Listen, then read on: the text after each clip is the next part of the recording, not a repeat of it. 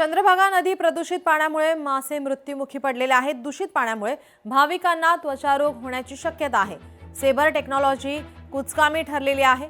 चंद्रभागा नदी ही प्रदूषित झाल्यामुळे मासे मृत्युमुखी पडतायत। तर या ठिकाणी जे भाविक या ठिकाणी स्नानासाठी येत आहेत त्यांना त्वचारोग होण्याची शक्यता नाकारता येत नाही। याचाच आढावा घेतला आहे आमचे प्रतिनिधी अभिराज उबाळे यांनी।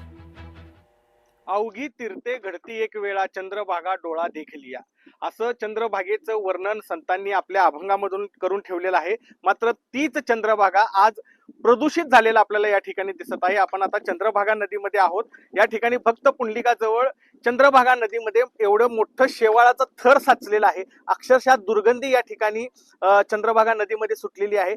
गटार गंगेचं स्वरूप या ठिकाणी चंद्रभागा नदीला प्राप्त झालेलं आपल्याला दिसून येते। हे हिरवगार शेवाळ आहे आणि याच डबक्यासारख्या असलेल्या पाण्यामध्ये, या घाण पाण्यामध्ये भाविकांना पवित्र असणं स्नान करून विठुरायाचं दर्शन घ्यायला जावं लागत आहे।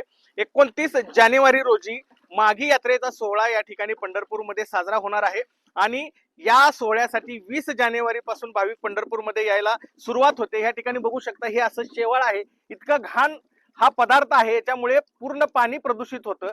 नदीची आणि जी टेक्नॉलॉजी बसवली त्याचा उपयोग होतोय का? सगळ्यात जगातली निकृष्ट टेक्नॉलॉजी म्हणजे सेपर टेक्नॉलॉजी।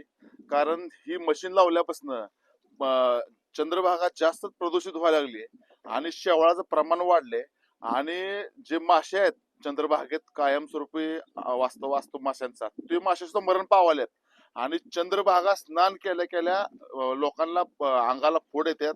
ही सेबर टेक्नॉलॉजी तर नाही बंद केली, ह्याच्यापेक्षा चांगल्या दर्जाच्या मशीनी नाही आणल्या तर आम्हाला सर्व लोकशाही मार्गाने येणारा भाविक घेऊन पंढरपूरकर घेऊन या मशिनरी नेऊन आम्हाला भंगारला घालावं लागतील व कायदा व सुव्यवस्था काय बिघडली याची सगळी जबाबदारी प्रशासनावर राहील। अभिराज उबाळे, लोकशाही मराठी, पंढरपूर।